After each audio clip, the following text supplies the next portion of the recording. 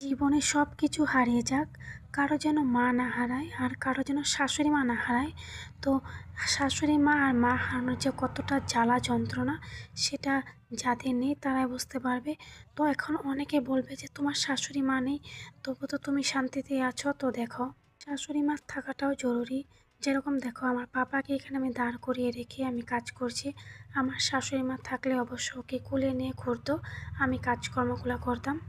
আর শাশুড়ি মা একবার বকবে, আরও একবার তোমার সব কিছু শিখিয়েই দেবে। আর এখানে দেখো, আমার কথা বলতে বলে জামা কাপড়গুলো আমার নাড়া হয়ে গেছে। তো এত জামা কাপড় দেখে ভেবো না যে আমি জামা কাপড় প্রচুর ধুয়েছি।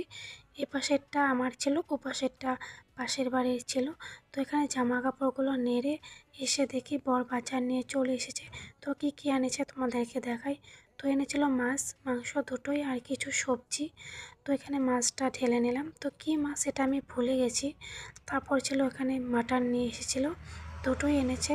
তারপর কিছু সবজি এনেছিল, যেরকম বেগুন, ধনেপাতা, টমেটো, তারপর ফুলকপি, তারপর আলু, কাঁচা লঙ্কা আর গাজরটা আমার বাবাকে খিচুড়ি বানিয়ে দিই, সেটাই। আর অনেক দিন পর উনুনে রান্না করলাম। উনুনে রান্না করার যে কতটা টেস্ট, সেটা গ্যাসে রান্না করলে টেস্টটা অন্যরকম হয় আর উনুনেরটা অন্যরকম হয়। তো এখানে সব সবজিগুলো আমি এখন কেটে নিচ্ছি আর পাপাকে এখানে বসিয়ে রেখেছি। দেখো, এখন বলি শাশুড়ি মা থাকলে অবশ্য নিয়ে ঘুরতো। আমার পাপাকে দেখে প্রচুর মায়া লাগে, কারণ দেখো, অনেকেই শাশুড়ি মা আদর পায়। আমার পাপা, আমি শাশুড়ি মার আদরের দরকার নেই, কিন্তু দেখো, আমার পাপা তো ঠাম্মির আদরটা পেল না, তাই না? তো এখানে কথা বলতে বলতে আমার সব কিছু কাটা হয়ে গেছে, মাছটাও ভেজে নিয়েছি।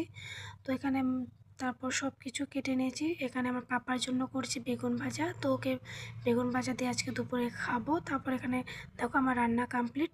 তো এখানে চচ্চড়ি ছিল, তারপর ছিল ওখানে মাছের ঝোল, আর ছিল এখানে মাটনের কালারটা তোমরা দেখো কতটা সুন্দর।